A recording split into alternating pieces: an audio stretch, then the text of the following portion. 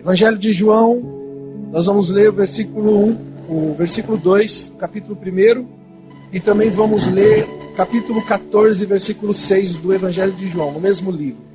Mas vamos ler primeiro o capítulo 1, versículo 2, que diz assim: E ele estava no princípio com... Ele quem? Quem estava no princípio com Deus aqui? Jesus. Todas as coisas foram feitas por intermédio dele. Ele quem? E sem ele nada do que foi feito, o quê? Se fez. Nele estava a vida, e a vida era a luz dos homens. E a luz resplandece nas trevas. Nele estava o quê? A vida. E a vida é o quê?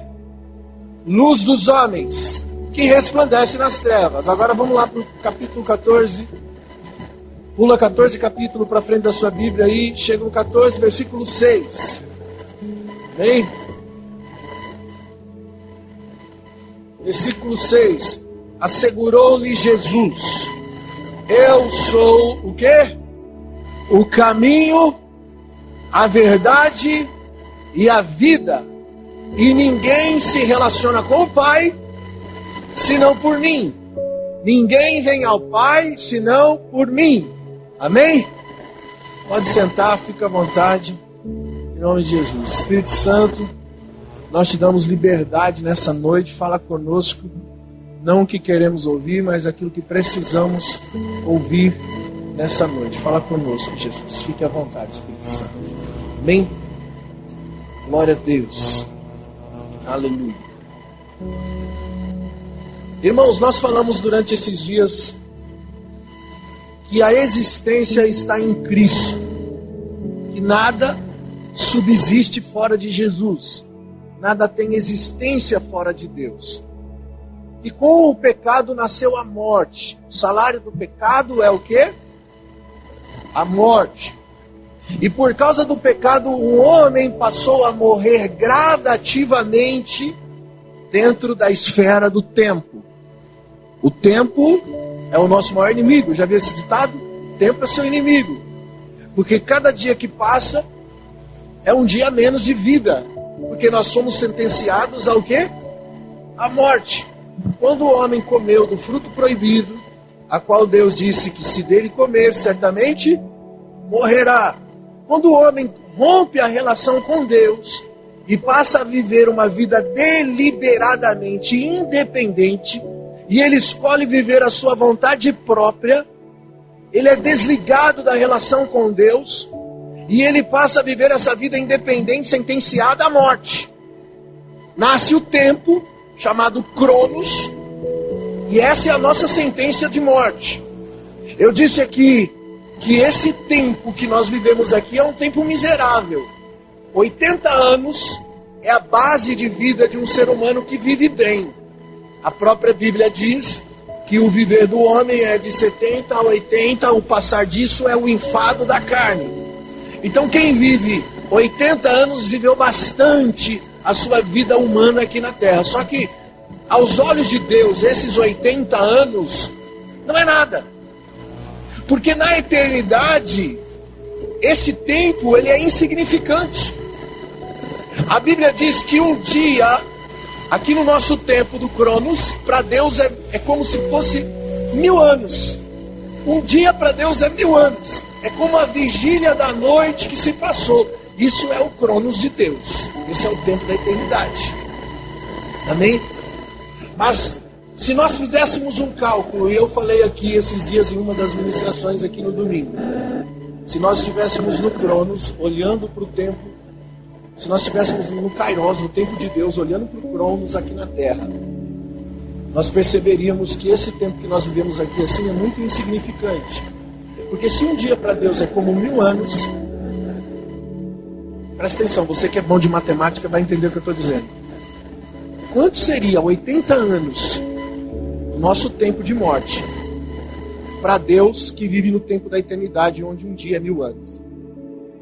80 anos seria equivalente a 8% de um dia, que que dá exatamente 96 minutos. Então, na ótica do Kairos de Deus, esses 80 anos que nós vivemos aqui na Terra, é como se fosse 96 minutos da nossa existência insignificante. Por isso que fora de Jesus não existe existência. Nós não podemos subsistir fora de Cristo. Perceba que Ele fez todas as coisas. Todas as coisas foram feitas por Ele e foram feitas para Ele. E sem Ele, nada do que se foi feito se fez. A vida está nele. Ele é a vida. E Ele é a luz dos homens. Então, um homem desligado de Deus, desligado de Jesus, não tem uma vida, ele tem uma sentença de morte. Amém? Você está entendendo? Então, quando o homem come do fruto proibido, ele perde a relação com Deus. Quando ele perde a relação com Deus, ele se perde da verdade e da vida, porque Jesus é o caminho, a verdade e a vida. Eu disse aqui também que a palavra verdade, ela também pode ser traduzida como realidade, porque quando a gente diz isso é verdade, a gente está dizendo isso é uma realidade. Quando a gente diz isso é mentira, a gente está dizendo isso não existe, isso é uma irrealidade. Jesus é a personificação da verdade, ele é a personificação daquilo que é real, daquilo que existe. E o diabo é a personificação da mentira. A Bíblia diz que ele é o pai da mentira. Ele é a personificação do que não existe. O homem, quando se desliga do Criador, ele uma verdade, uma realidade. E a Bíblia diz que o seu coração se torna obscurecido. Jesus é a vida, que é a luz dos homens. Dá para separar a vida da luz? Não. Jesus é a vida e a luz. Se você separando a vida da luz, o coração fica o quê? Obscurecido. E ele passa a enxergar diferente. Porque a visão do homem muda. Fica obscuro. Quando apaga a luz assim, já acordou de madrugada? Tudo escuro e você sai tateando pelo meio do caminho, dá uma canelada em algum lugar, porque você não está vendo nada, porque a luz está apagada. É como se tivesse apagado a luz e o homem não consegue mais ver, o homem não consegue mais enxergar, ele não tem convicções de nada na sua vida, porque está escuro, coração obscurecido, e ele passa a ver com as mãos. Ele passa a ver com as mãos, tateando, ele passa a ver com as mãos. E olha o que a Bíblia diz, Isaías 59:8. Não conhecem o caminho, ele está falando do homem caído aqui. Não conhecem o caminho da paz, não existe justiça em suas intenções e práticas. Eles transformaram todo o direito de caminho tortuosos. Quem andar por eles jamais verá a paz. Por essa razão, a justiça está muito longe de nós e a retidão não consegue nos alcançar. Buscamos e procuramos por ela, mas tudo são trevas. Ansiamos encontrar a claridade, mas caminhamos sobre a escuridão. Como aqueles que não podem enxergar, andando, tateando o muro, apalpando como cegos que buscam um caminho. Mesmo sobre a luz do meio-dia. Por que mesmo sobre a luz do meio-dia? Porque a questão aqui não é uma visão física, é uma visão espiritual. Então, mesmo sobre a luz do meio-dia, era como se você estivesse cego. Não estou vendo, não estou enxergando. Por isso que tudo que o homem valoriza, tudo que é valorizado pelo homem, são as coisas que o homem faz com as mãos. Porque ele vê com as mãos. O homem valoriza coisas, porque a visão dele é com as mãos. Ele não faz pelo que é, ele faz para ser. Tudo que o homem caído, separado de Deus faz, ele faz para ser, não porque é. Quem ensinou isso para a serpente?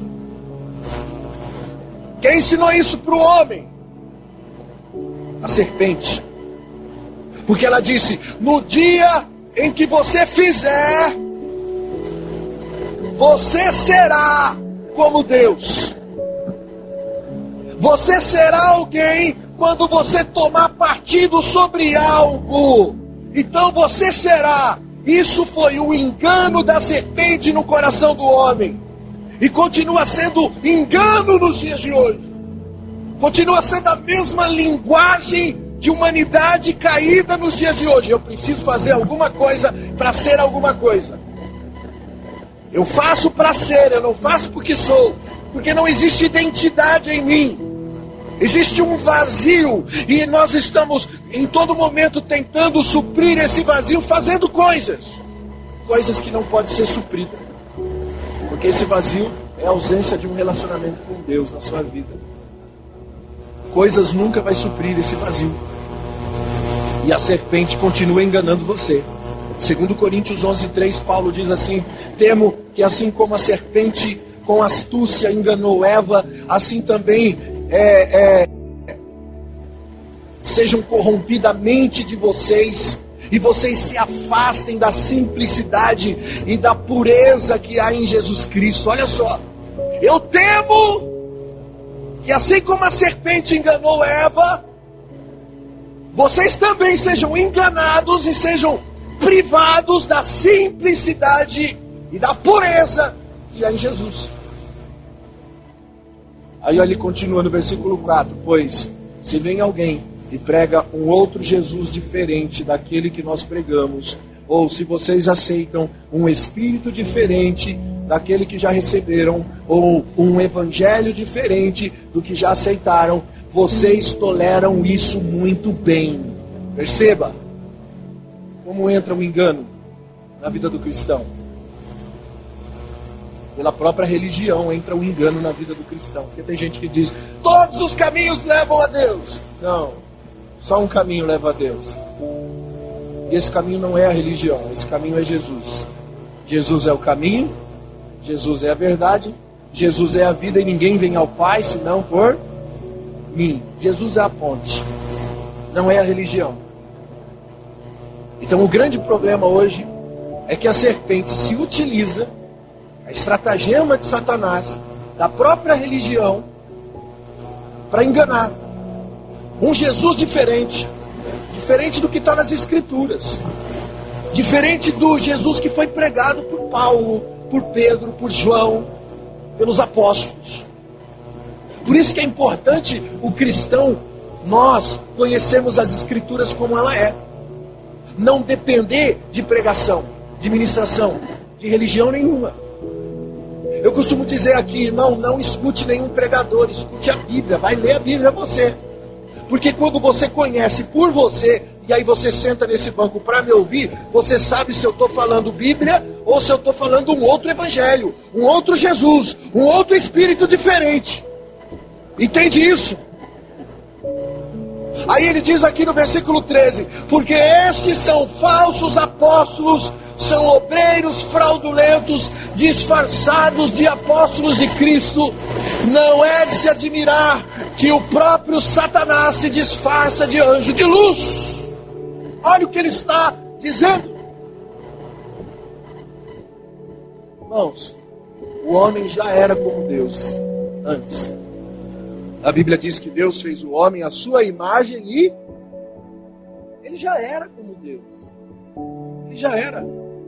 E tudo que o homem fazia antes da queda, ele fazia porque era, ele não fazia para ser. A importância das coisas que o homem fazia era o relacionamento com Deus. E para abençoar o outro, para abençoar Eva. Agora o homem desligado de Deus, separado do jardim, separado do relacionamento com Deus, ele não faz pelo outro ou para o outro. Tudo que ele faz para ser sobre o outro, às custas do outro. Ele não faz porque ele valoriza a relação com o outro. O homem se tornou um predador, um consumidor de energias físicas, emocionais, sexuais, energias financeiras. Tudo que se faz por interesse. E as relações se tornam utilitárias. Já viu relação de utilitarismo? Esses dias eu estava conversando com uma pessoa. E aí a pessoa dizia assim, não, porque fulano vai casar e tal. E eu falei, que legal, bacana, né? Vai casar. E aí a pessoa começou a falar, o rapaz, ele tem uma profissão tal, tem um carro tal, tem um bem tal. E começou a falar dos bens da pessoa. E aí eu falei assim, mas é crente? É firme em Jesus? Aí deu, não é, né? Mas é uma boa pessoa. Mas você percebe que as nossas relações são utilitárias? O que você tem para me dar? Então eu me relaciono com você. Então a sua relação comigo faz sentido. Você não tem nada para me dar? Tem nada para me oferecer? Eu não vou ter vantagem nessa relação com você? Então não me interessa a sua relação comigo.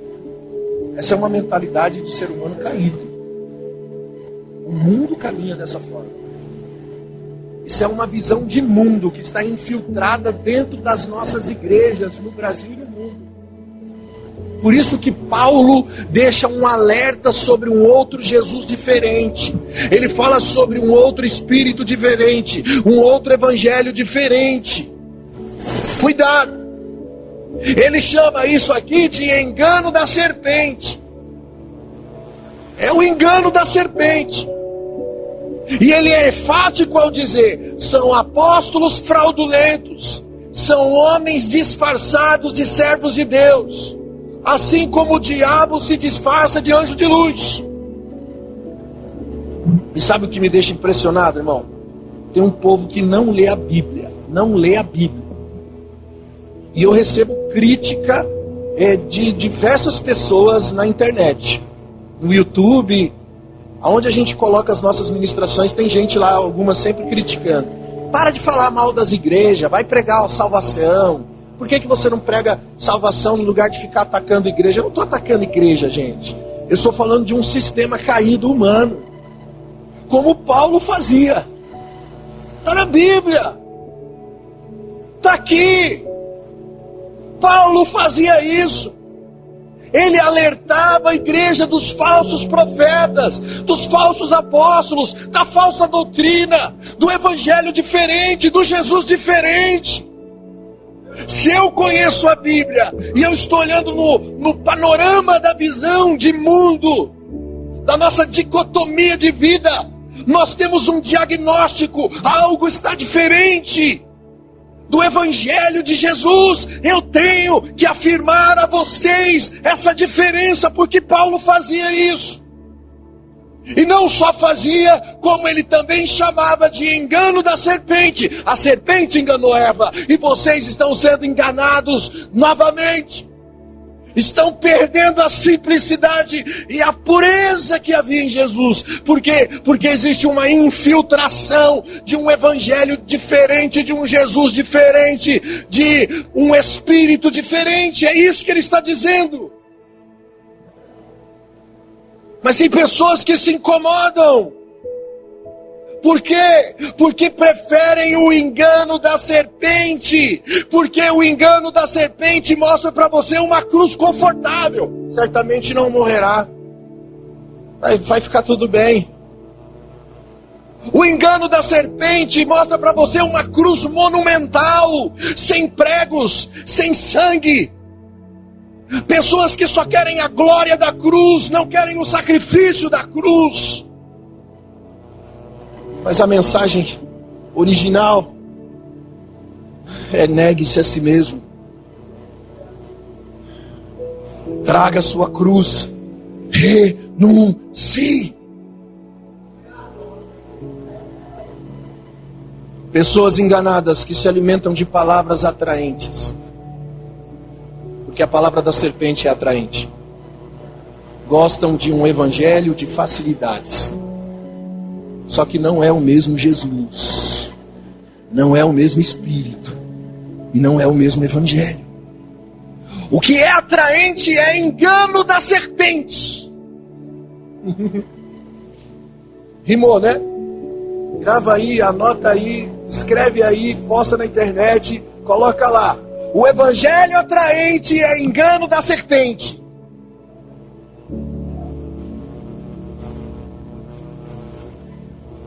Porque te ensina a independência. E independência é engano. O homem não foi criado para ser independente. O homem não foi criado para ser separado. O homem não foi criado para ser dono do seu próprio nariz e da sua própria vida. Tudo que Deus criou, inclusive o homem criou, por ele e para ele são todas as coisas. Nós temos um pertencimento ao Criador. Por isso que o chamado de Deus na nossa vida é um chamado de retorno. Retorno ao quê? Ao pertencimento. Onde nós pertencemos. O evangelho da independência enganoso, ele diz para você: conquiste o seu sonho. Conquiste o seu sonho é engano da serpente. Busque o seu propósito pessoal, é engano. Eu não posso ter propósito pessoal. Eu tenho que ter propósito coletivo, dentro da relação com Deus. Porque não é a minha vontade, é a vontade de Deus. Lembra da oração modelo de Jesus? Ele ensina: Pai nosso que estás no céu, santificado seja o teu nome. Venha a nós o teu. Seja feita a sua. Não tem propósito pessoal. É o reino dele e a vontade dele. É assim que eu tenho que orar. Por isso eu fiz a pergunta semana passada: o que você faz? A partir de que relação você faz? Quem você abençoa com aquilo que você faz? Você faz para si? Ou você faz para cultivar a relação com o outro? Porque o sentido da nossa existência estão nos relacionamentos. Eu falei muito isso aqui esses dias. Quais são os 2 mandamentos de importância? Amar a Deus. E o segundo, semelhante ao primeiro, amar o próximo como a ti mesmo. Mas de que adianta ser bom naquilo que faz, se você não faz nenhum bem a alguém? De que adianta ser profissional, ser bom, mas não beneficia ninguém, não toca ninguém? De que adianta construir celeiros e ter dispensa para muitos anos? Para quem é o que você está fazendo? É para você? Ou é para o outro? Sabe o mistério da esperança viva, a vinda de Jesus, a segunda vinda está na hospitalidade. Quando podemos testemunhar que temos esperança na nossa fé sobre a vinda de Jesus? Aliás, é um assunto que ninguém fala. Quantos acreditam que Jesus virá novamente? Ele prometeu que viria a sua segunda vinda. Você acredita? É algo que não se ouve mais na igreja. Ninguém fala mais da segunda vinda, da volta de Cristo. Mas qual que é a esperança viva que atesta a volta de Jesus? Quem são as pessoas que estão preparadas para essa segunda vinda de Cristo? Quem está vivendo hospitalidade. Tem a ver com amor ao próximo. E eu vou mostrar na Bíblia. Mateus 25:34. Jesus disse: então dirá o rei aos que estiverem à sua direita: vinde, benditos de meu Pai, possuam a herança e o reino que lhe está preparado desde a fundação do mundo. Porque eu tive fome e me deste de comer, eu tive sede e me deste de beber, eu estava estrangeiro e me hospedou, eu estava nu e me vestiu, eu adoeci e foste me visitar, estive na prisão e foste me ver. Então os justos lhes responderão dizendo: Senhor, quando te vimos com fome e te demos de comer, ou com sede e te demos de beber? Quando te vimos estrangeiros e te hospedamos, ou nu e te vestimos? Quando te vimos enfermo ou na prisão e fomos te ver? E respondendo o rei lhes dirá: em verdade vos digo que quando fizerdes a um dos meus pequeninos irmãos, fizestes a mim. Uau! Isso aqui está falando da segunda vinda, dos fins dos tempos. A entrada gloriosa da igreja no reino eterno. Mas tem mais Bíblia, Hebreus 13:1. Seja constante o amor fraternal de vocês. Não negligencie a hospitalidade, pois alguns praticando a hospitalidade, sem saber, estão acolhendo anjos. Lembrai-vos dos encarcerados, como se presos com ele, como se vocês estivessem na cadeia com eles, dos que sofrem maus tratos, como se vocês estivessem sofrendo com eles, maltratados. Ou seja, se coloque no lugar do outro, sinta a dor do outro. Digno de honra seja o matrimônio e o leito sem mácula. Está falando de um relacionamento cultivado, de um relacionamento santificado. Perceba que as relações são as coisas mais importantes para Deus. Que a vida de vocês seja sem avareza. Contentai-vos com as coisas que tendes. Por quê? Porque o desejo de ter me rouba do estar em Deus. O desejo de conquistar coisas me separam de Deus. A minha pergunta é: estamos todos os dias treinando hospitalidade para receber o Messias? A gente recebe anjos todos os dias. Mas a pergunta é: você está treinando hospitalidade? Porque naquele grande dia,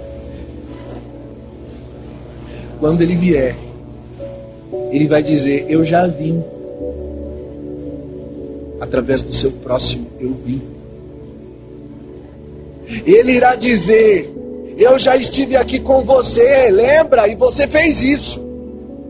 E você irá dizer: quando te vimos assim e dessa forma, Jesus? E ele dirá: lembra daquela pessoa? Lembra também daquela outra pessoa? Daquela outra ocasião? Pois é, era eu. Porque eu estou na relação entre você e o próximo. Entende porque o segundo mandamento é de igual importância do primeiro mandamento? Amar a Deus acima de todas as coisas tem o mesmo valor que amar o próximo como a ti mesmo. Porque é tudo sobre Jesus. Inclusive amar o próximo. Porque Jesus está no próximo. E quando você ama o próximo, você ama Jesus. A hospitalidade é a esperança viva para nós recebermos o Messias novamente. Por isso que a igreja tem que ser hospitaleira. Sodoma e Gomorra recebeu o juízo de Deus porque eles não estavam preparados para dar. Falei semana passada. A linguagem de Sodoma era separada. O que é meu é meu. O que é seu é seu. E se você der sopa, eu tomo posse do que é seu, eu pego para mim. O pai do filho pródigo disse para o irmão mais velho: tudo que é meu é seu. Porque as relações fraternas são assim. É uma unidade coletiva, nada é separado, tudo é uma única coisa. O que é meu só encontra sentido se for para abençoar o outro. Se não for para abençoar o outro, o que é meu vai me levar para o inferno. Vai me destruir, vai continuar me dividindo e me separando. De que adianta a música se você não faz para Deus? Se você não faz para abençoar o outro? Nós estamos vivendo a era gospel, né? Tá cheio de músico por aí, irmão, que não faz para abençoar o outro, faz por causa de um mercado gospel. É só você perceber. Quando tem uma música se destacando no mercado gospel, todo mundo vai lá e tenta fazer parecida. Uma hora tá todo mundo cantando de chuva. Vai chover, chuva daqui, chuva... Todo mundo falando de chuva. Uma hora é todo mundo falando de fogo. Todo mundo vai queimar. Todo mundo vai... Porque todo mundo vai incendiar. E todo mundo cantando a mesma coisa, irmão. Parece que é uma imitação. Não há inspiração nas músicas que é cantada. Por quê? Porque é um comércio. Não se faz para abençoar o outro. Se produz música para se autossatisfazer. E tudo que você faz, se é por você, não tem significado. Esses dias eu assisti um vídeo de um cantor gospel na internet. Ele estava indignado, esse cantor gospel. Indignado. O problema dele era com a frase do apóstolo Luiz Hermínio, que disse que quem cobra por uma noite de intimidade é a prostituta e não a noiva. Falando de cantores, pregadores que cobram para pregar e cantar. E esse cara, esse cantor, eu não vou falar o nome dele, claro, mas ele estava indignado e ele gravou um vídeo para tentar expor a sua ideia. E ele disse que intimidade a gente não tem na igreja. Intimidade a gente tem no quarto com Deus. Olha que absurdo. Disse que tem que cobrar para cantar porque é 300 mil reais a gravação de um DVD. Quer dizer que quem tem que bancar esse capricho é a igreja. Disse que a sua música já curou pessoas, já libertou pessoas e fez muitas coisas. Mas de que adianta se você não faz para abençoar o outro, se você faz para si? Se você faz para a própria vaidade? Porque naquele grande dia vai ouvir do Senhor: eu não te conheço. Ah, mas eu curei, eu profetizei, eu fiz sinais e maravilhas com a minha música. Eu não te conheço. Nunca existiu uma relação entre nós. A prioridade de Deus sempre foi o relacionamento.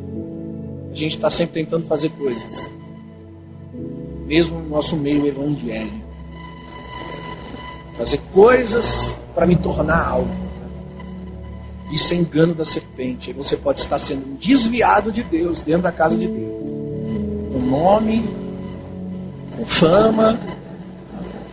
Pode ser pastor, bispo, apóstolo, querubim ungido. Não importa o nome que derem a você. Naquele grande dia da eternidade, só vai entrar aqueles que têm relação. Aqueles que estão trajados de vestes nupciais. E só veste roupa de núpcias quem tem intimidade. Olha o que a Bíblia diz em Lucas 10:38. Quando eles seguiram viagem, Jesus entrou numa aldeia. Uma certa mulher chamada Marta hospedou Jesus na sua casa. Hospedou. Não, a hospitalidade é a esperança viva. Tinha ela uma irmã chamada Maria, que estava assentada aos pés do Senhor para ouvir os seus ensinamentos. Marta estava agitada de um lado para o outro, ocupada em muitos serviços. Então se aproximou de Jesus e disse: Senhor, não te importa que a minha irmã me deixe sozinha servindo? Versículo 42, respondeu-lhe o Senhor: Marta, Marta, andas inquietas e preocupadas com muitas coisas. Entretanto, uma única coisa é necessária, ou melhor, uma só coisa. Pois Maria escolheu a boa parte e não lhe será tirada. Diga comigo assim: uma única coisa é necessária e a melhor parte. Qual que é? Relacionamento. Sentar nos pés de Jesus, cara, e ficar contemplando a sua beleza e formosura.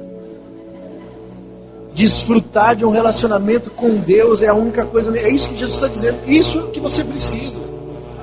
Eu sei que a maioria das pessoas vem na igreja quando estão com problema. Aí eu preciso ir para a igreja porque eu preciso de um milagre, eu preciso de uma resposta, eu preciso de alguma coisa. Mas a única resposta e o único milagre que você precisa está em você se relacionar com Deus, voltar à ordem original. O plano de retorno é uma vida relacional. Você não precisa de um carro, você não precisa de uma casa, você não precisa de um emprego novo. Não são coisas circunstanciais, mas é coisas existenciais. Você precisa voltar à existência, porque quando nós estamos ligados em Cristo, nós temos existência. Aquele que crê em mim, ainda que esteja morto, o quê? Viverá. E aquele que vive e crê em mim, nunca, jamais morrerá.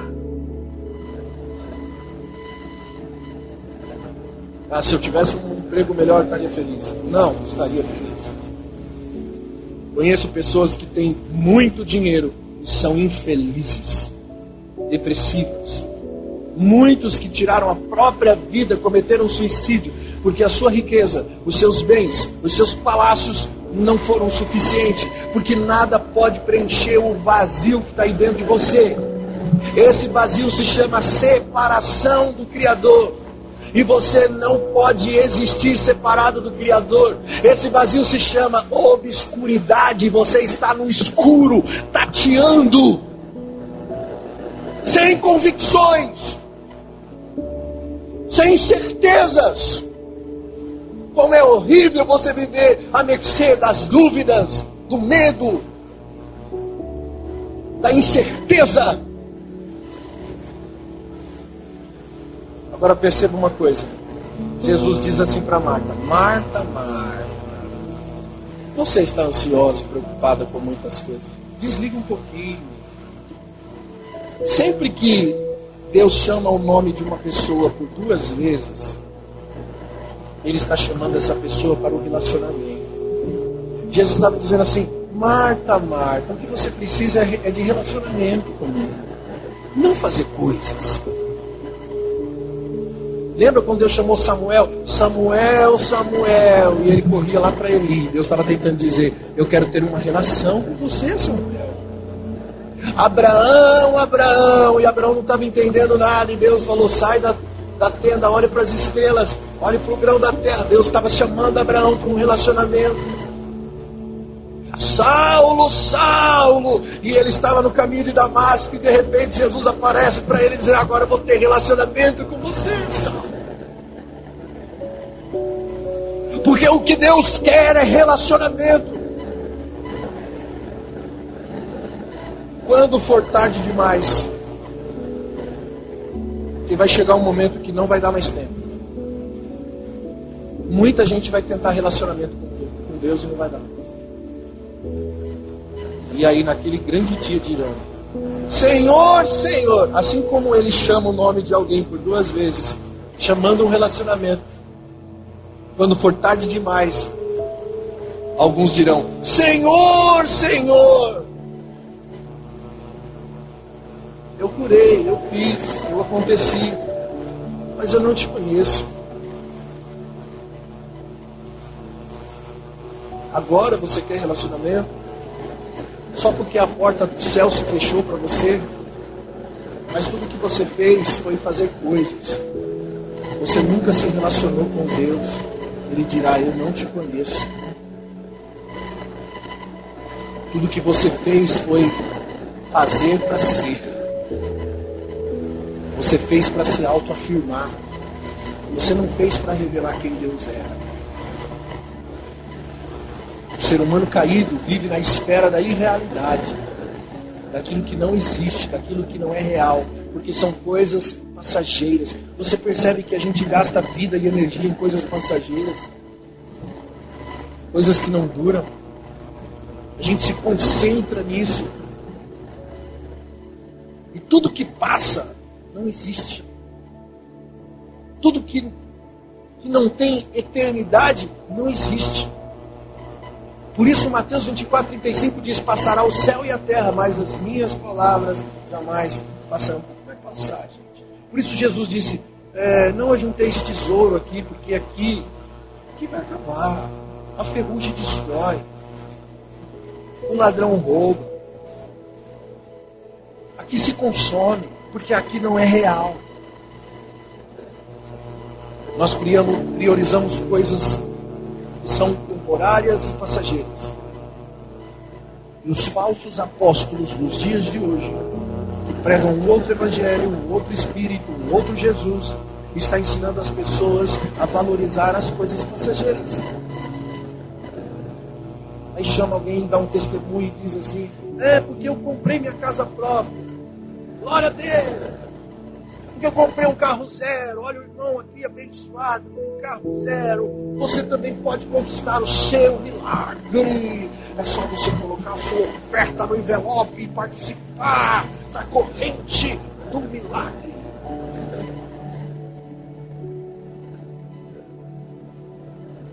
Tem a ver com o desejo da carne, com o ego do homem, com ostentações de bens.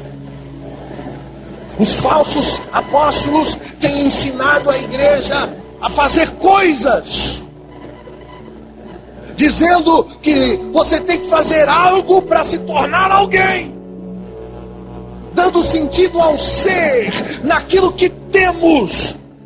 Então eu faço para ter, porque eu faço para ser. Tudo que faço para ter, para ser.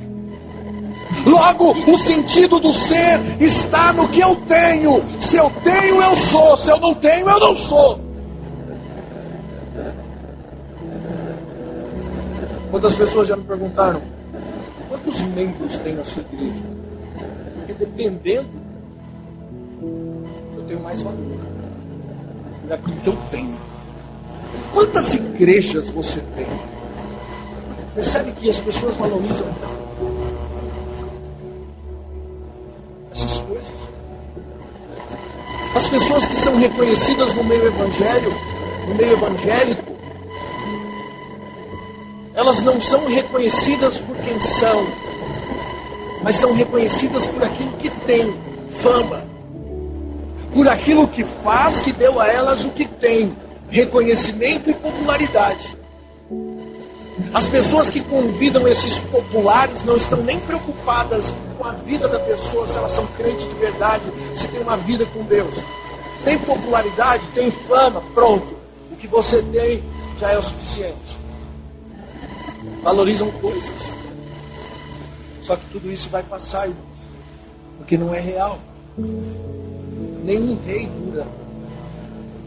dura a vida toda em um trono. Só o Rei dos Reis e Senhor dos Senhores. Todo o reino passa, toda a glória de homens passa.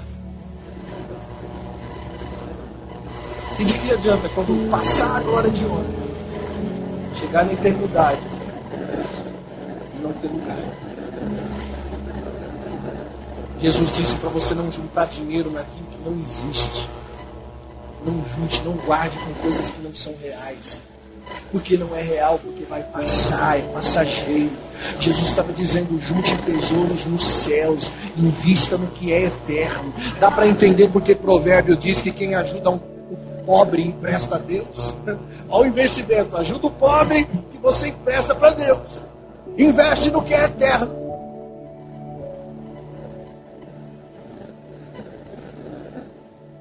Porque se você investe no outro, quando esses recursos faltarem para você aqui, Ele te receberá nos tabernáculos eternos.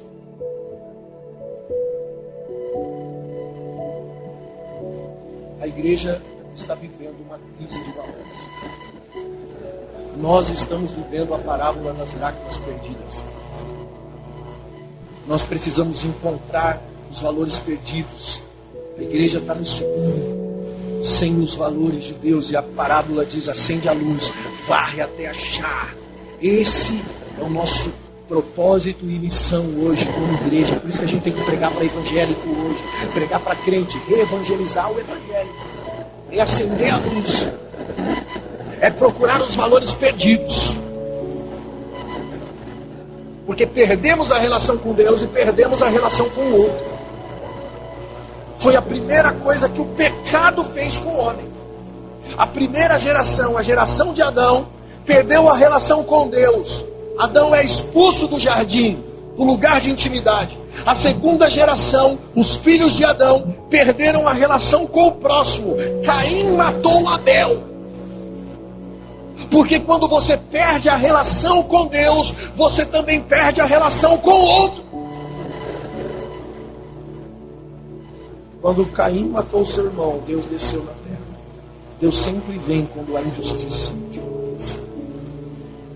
E aí Deus pergunta para Caim: Caim, onde está o seu irmão, Caim? Caim responde: porventura eu sou responsável por ele. Em outras palavras, cada um é sua.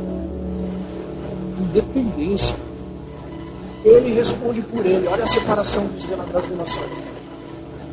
O irmão tinha matado o irmão. E não tinha nem coragem de assumir. O que Caim fez? Começou a construir cidades para si. Deus nunca mandou o homem construir cidade nenhuma. Mas Caim, o homem errante, o homem sem Deus e sem próximo, ele começa agora a construir uma cidade para si. E o plano original de Deus é: o homem constrói uma relação com Deus na terra, uma relação com o próximo na terra, enquanto Deus constrói uma cidade no céu. Existia um lugar de relação com Deus na terra, Jardim do Éden. Enquanto isso, Deus construía uma cidade no céu para o homem. Mas o homem rompe a relação com Deus no jardim para construir uma cidade para si na terra. A minha pergunta para você é um cultivador de relações ou você é um construtor de cidades? Olha a sombra profética nas Escrituras. O homem estava no Egito fazendo o quê? Construindo cidades. Deus chama o homem do Egito para ir para o deserto fazer o quê? Prestar culto, se relacionar com Deus. Isso aqui é uma sombra profética. Toda a Escritura é uma sombra profética sinalizando a realidade de Deus. Você está gastando a sua vida, suas energias, o seu dinheiro no quê? Cidades para si, coisas, ou em relações eternas? Os homens começaram a construir algo chamado Torre de Babel. O que é Torre de Babel? É o símbolo da arrogância humana. São os filhos de Caim. Nimrod foi o homem que deu início a esse projeto babilônico. Nimrod era o conte dos contes, porque ele transformou todo o princípio de unidade em uniformidade. O que é uniformidade? Uniformidade é o conceito de que não pode haver diferentes no nosso meio. Não pode haver diferenças de ideias, porque se houver diferenças de ideias, nós vamos assassinar os diferentes, nós vamos aniquilar os diferentes. Isso não é unidade, isso é uniformidade. Forçado, é obrigado. O que é unidade então? É amar e respeitar o outro, mesmo que o outro pense diferente. Porque unidade não tem a ver com a gente falar a mesma língua ou pensar igual. Unidade tem a ver com respeito, com amor, com suportar o outro, com amar o outro, mesmo que ele pense diferente. Mas Nimrod distorceu o princípio de unidade, distorceu o princípio de autoridade, transformou em autoritarismo. O que é autoridade? É influência. O que é autoritarismo? É imposição. Eu imponho, é do meu jeito. Isso é autoritarismo. Nimrod destruiu, distorceu tudo que é verdade em mentira. E no meio dessas edificações terrenas, Deus chama um homem chamado Abraão. Na verdade não se chamava Abraão, se chamava Abrão. E ele chama Abrão para construir família. Ele diz: ei Abrão, pare de fazer coisas e construa um relacionamento. Construa uma casa, cuide dos seus filhos, porque isso irá abençoar todas as famílias da terra. Porque não tem a ver com coisas, mas tem a ver com pessoas, tem a ver com gente. Sabe qual era o significado de Abrão? Pai elevado, que significa exaltado. Porque essa era a escola de Abrão. Foi o que ele aprendeu com a sua família. Por isso que Deus, quando chama Abrão, diz: sai do meio da sua parentela, se desliga, eu vou te ensinar um novo modelo.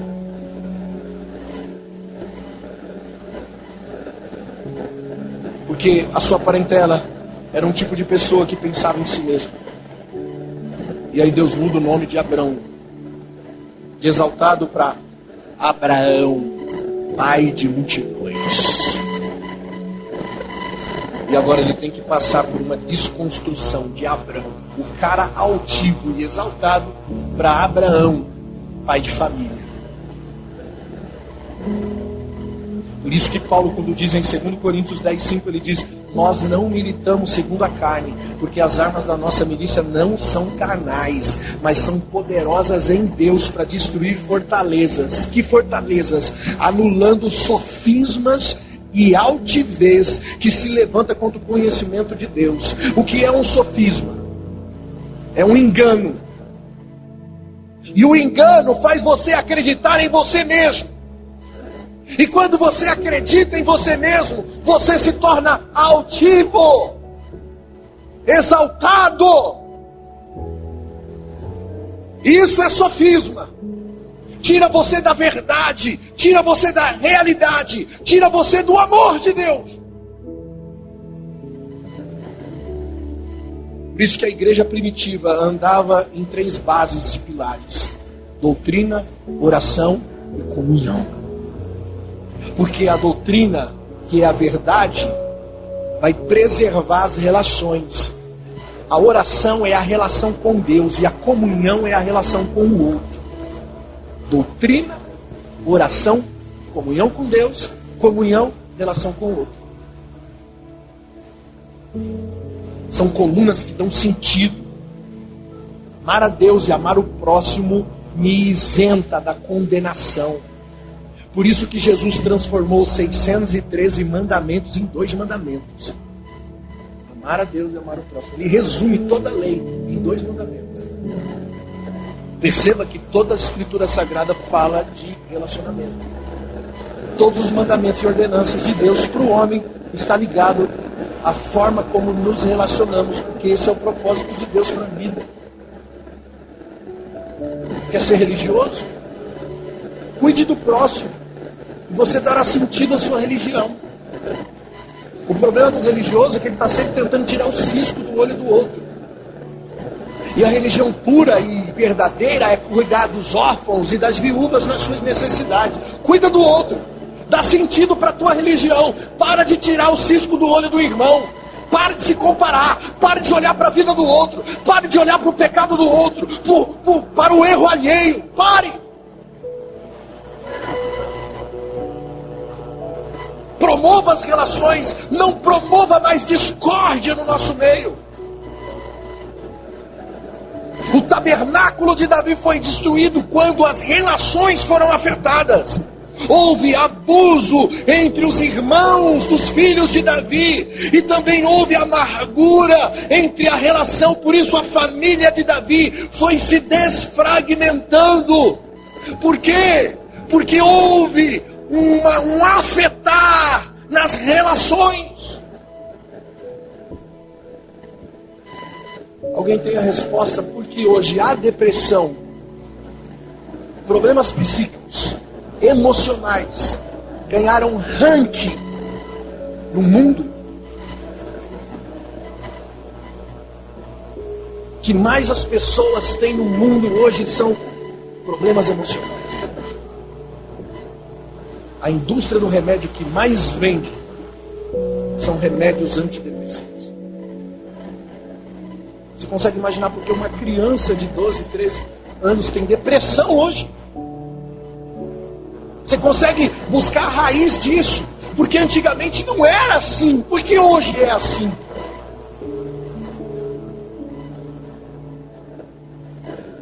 No mundo hoje, mais de 50% de famílias são famílias rompidas.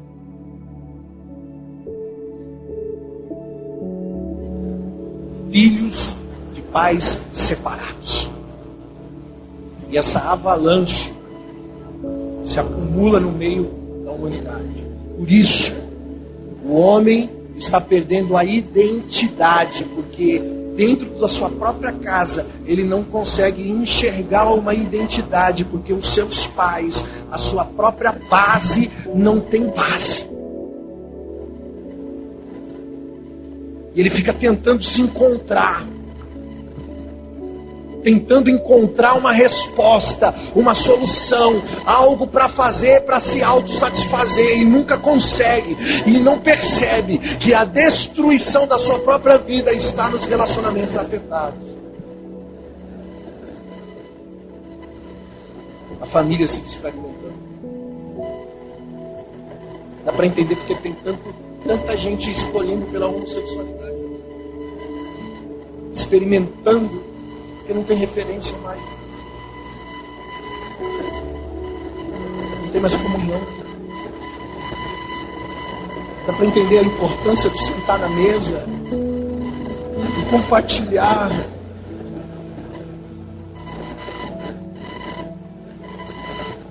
Irmão, o mundo virtual é o maior inimigo da saúde emocional.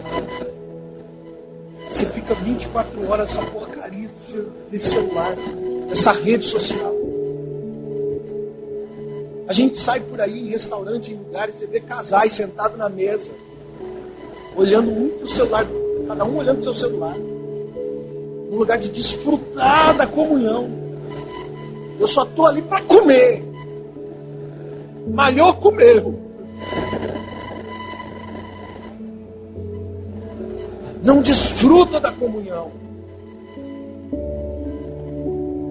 Não sabe por que está em depressão.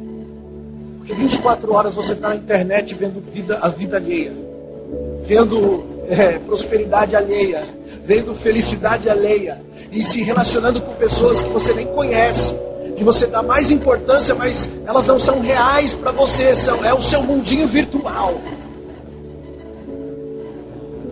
É irreal.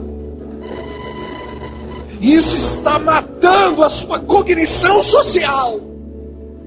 Por isso não consegue ter compaixão, não consegue mais amar, porque você perde o sentido do toque, do abraçar, do chorar, do se alegrar junto. O mundo está cada dia pior.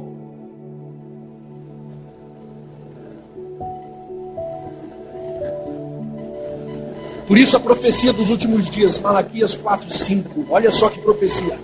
Eis que eu enviarei o profeta Elias antes que venha o quê? O grande e terrível dia do Senhor, antes do juízo de Deus. Ele envia o profeta Elias e ele converterá o coração dos pais aos filhos e o coração dos filhos aos pais, para que eu não venha e fira a terra com maldição. Perceba o seguinte: quando a unidade relacional é restaurada, quando o coração do pai e do filho e do pai é restaurada, a unidade relacional é restaurada, acabam-se as maldições no nosso meio. O diabo não tem mais legalidade quando há restauração familiar no nosso meio. Por isso, qual a vantagem de nós queremos ser o dono da razão, se ser o dono da razão me separa de Deus e me separa do meu irmão? Enquanto for a minha verdade contra a sua verdade, Jesus não será de verdade em ninguém. Eu vou repetir para você gravar. Enquanto for a minha verdade contra a sua verdade, Jesus não será de verdade em ninguém.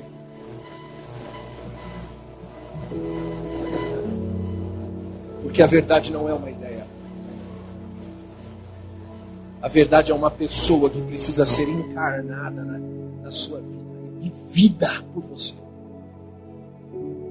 Tem que ser encarnada. Se eu só sei a verdade, se eu só penso e não vivo, eu não levo a sério o que penso. Então isso deixa de ser verdade em mim. Não adianta saber.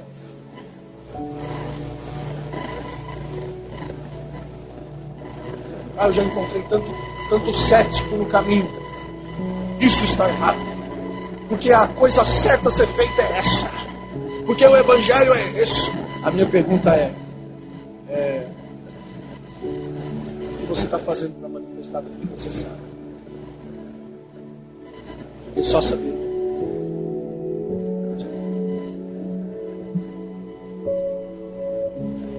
tudo que fazemos não pode ser o princípio e nem o fim.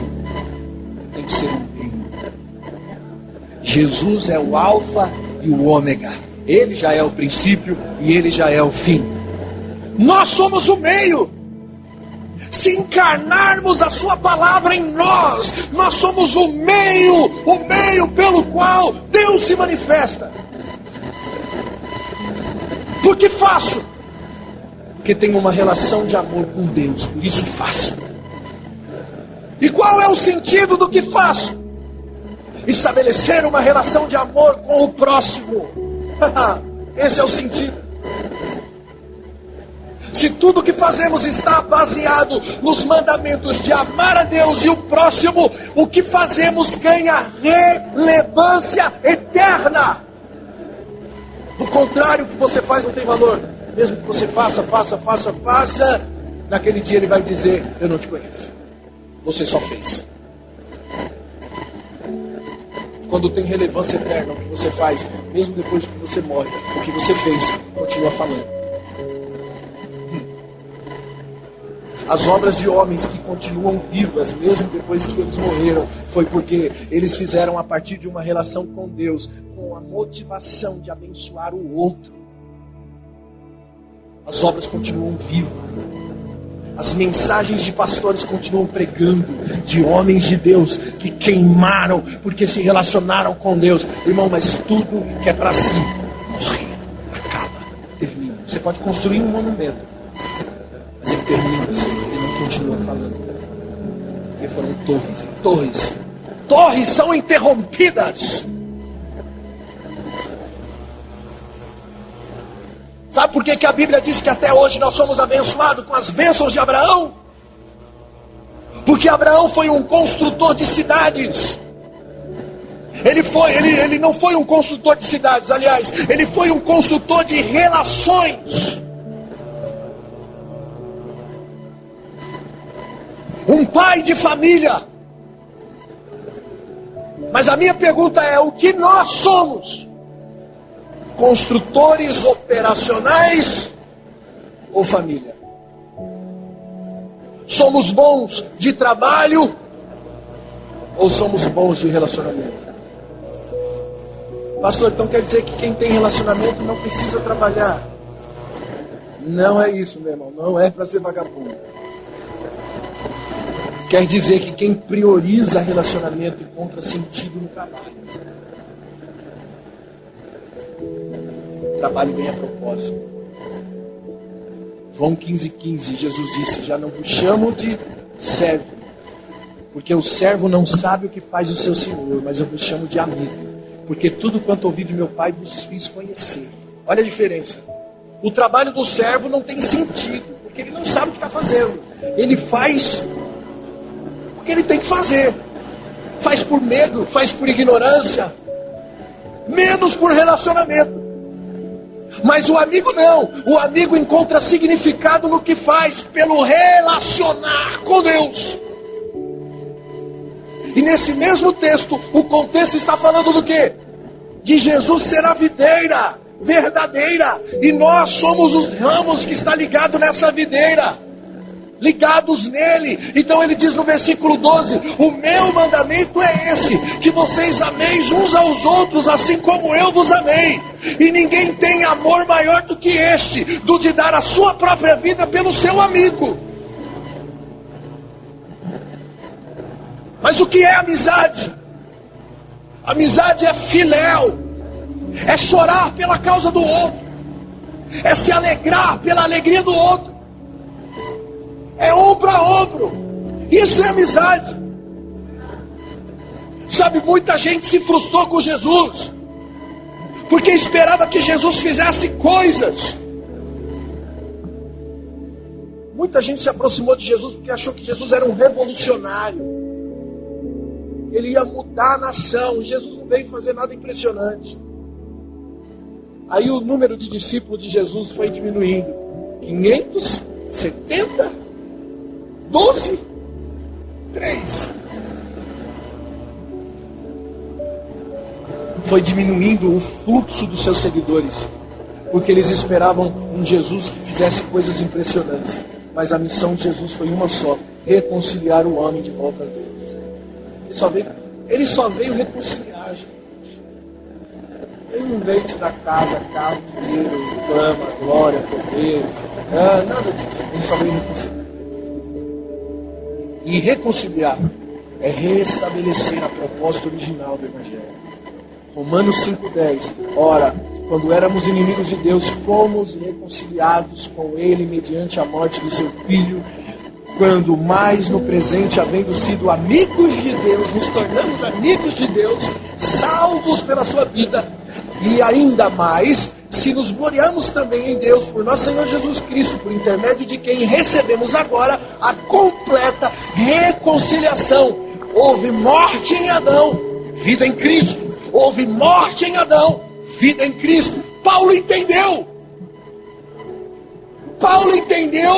que o que Adão perdeu lá atrás, Jesus veio reconciliar e trazer de volta ao plano original. A morte entrou em Adão. Jesus só veio reconciliar o homem de volta antes da queda de Adão. Por isso que a proposta é a unidade relacional com Deus e com o próximo. A base do Evangelho, a missão dos salvos. Por isso que a Bíblia se refere a nós como membros de um corpo. Isso é relacionamento. Fala de pedras de um edifício, porque é uma unidade coletiva. Fala-se de ministros da reconciliação, porque nós somos igreja, e igreja é uma unidade relacional. Paulo diz em 2 Coríntios 5,18, dizendo isto: porém, Deus nos reconciliou consigo mesmo por intermédio de seu Filho Jesus e nos deu o ministério da reconciliação. Isto é, Deus estava reconciliando o mundo através de Cristo, não imputando o pecado do mundo, mas Ele nos deu, Ele colocou em nós a palavra da reconciliação. Por isso que não existe ministério disso, ministério daquilo, só existe um ministério, o da reconciliação. O meu ministério é música, o meu ministério é louvor, o meu ministério é pregar, o meu ministério é obras sociais, o meu ministério é prosperidade, o meu ministério... Irmão, não tem ministério, o único ministério dado é a reconciliação. Você pode fazer música, mas o resultado tem que ser reconciliação. Você pode pregar o Evangelho, mas o resultado precisa ser reconciliação. Você pode fazer coisas, se você estiver se relacionando com Deus e reconciliando com o homem, restaurando a relação com o outro. Esse é o chamado. Qual que é o meu chamado? Deus. Qual é o sentido do chamado de Deus? Jesus. Por isso, não se preocupe em fazer coisas, mas em se tornar idêntico a Deus pela relação. Meu irmão, Deus sempre promoveu relacionamento, mesmo quando o homem pecou. Quando o homem comeu do fruto proibido, a Bíblia diz que Deus desceu e o homem se escondeu por entre as árvores do jardim, porque estava envergonhado. Deus podia descer com os 2 pés no peito do homem, dizendo: eu te vi, os meus olhos estão em todos os lugares, contemplando os maus e os bons, e eu te vi. E o negócio é o seguinte: você será julgado. Não. Deus vem como um pai, e Ele começa a estimular um diálogo, uma conversa com o filho, dizendo: Adão, por que você está se escondendo, Adão? E Adão diz: Senhor, eu estou nu. E Deus continua perguntando: por quê? Como você sabe que você está nu, Adão? Quem te disse? E ele foi fugindo da conversa, e Deus tentando uma transparência. Quando a Bíblia diz que a verdade liberta, mesmo que a verdade seja feia, ela liberta. Por isso que só existe avivamento quando a gente expõe a verdade da nossa vida horrível. Só existe avivamento se a gente entra em arrependimento. E quando você entra em arrependimento, você expõe a verdade horrível da sua vida. Você diz: Deus, eu sou um miserável. Deus estava querendo que Adão falasse. Deus estava querendo que Adão fosse transparente. Mas o que ele foi orgulhoso. Ele foi dando desculpa. Foi a mulher que tu me deu. Ele não assume responsabilidade alguma. E Deus chama o homem: Adão! Isso aqui é chamado. Aqui nasceu o segundo chamado. O primeiro chamado é a existência. O segundo chamado aconteceu depois da queda humana. Porque o segundo chamado é o retorno. É Deus te chamando de volta. Adão! Cadê você, Adão? Por isso que chamado é reconciliar. Ele nos deu um ministério, reconciliação. A palavra que Deus tem para você é essa: volte. Volte. Como um filho pródigo, volte. A parábola do filho pródigo ilustra a vida humana do ser humano caído que voltou para Deus. Porque quando o filho decide viver a sua vida independente, quando o filho decide receber a sua herança enquanto o pai está vivo, significa que ele não valoriza a relação com o pai, que falta de respeito e de honra assumir a herança com o pai vivo. E ele vai viver a sua vida dissolutamente, os prazeres da carne, de uma vida separada, independente. Ele percebe que não supre o vazio, que o fazer, o ter, o acontecer não supre nenhum vazio. Ele gasta tudo. Ele cai na real. Ele entra no processo de humilhação para se tornar humilde novamente. E ele começa a dizer: se eu voltar, eu pedirei ao meu pai que me aceite, ao menos como um empregado da sua casa. Olha só. Olha a humildade. O pai está todos os dias olhando pela janela, ansiando que o filho volte. Sabe de uma coisa, irmãos? Esse é Deus olhando para mim e para você. Sabe por que nós estamos aqui ainda vivos? Porque a causa de nós não sermos consumidos é a sua misericórdia. Por isso estamos aqui ainda. Por isso não estamos mortos, porque Ele nos ama. Ele é misericordioso. Ele está olhando pela janela dos céus todos os dias, esperando o nosso retorno, a nossa volta ao plano original. Quando o filho volta, a Bíblia diz que o pai sai ao seu encontro. Cara, tudo que Deus espera é a sua volta. Ele veste o filho com uma roupa de linho fino, põe um anel no seu dedo, faz uma festa.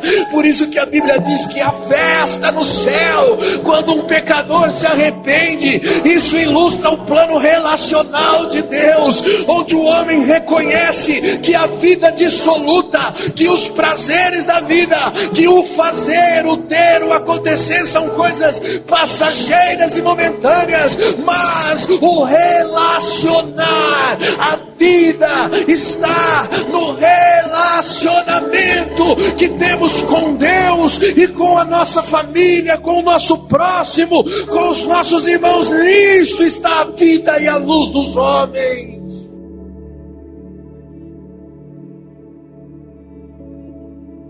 Há pessoas que estão há 20, 30 anos dentro da casa de Deus e que ainda precisam ser libertas da mágoa,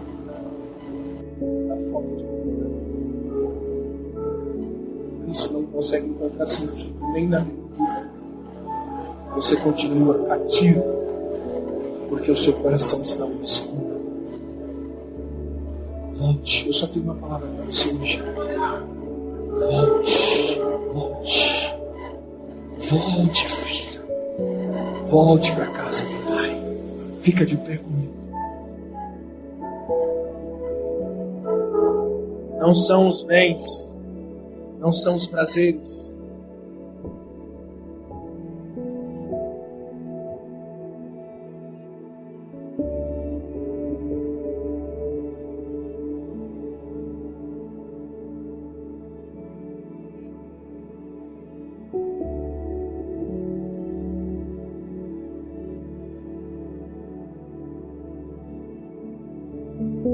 Possa fazer.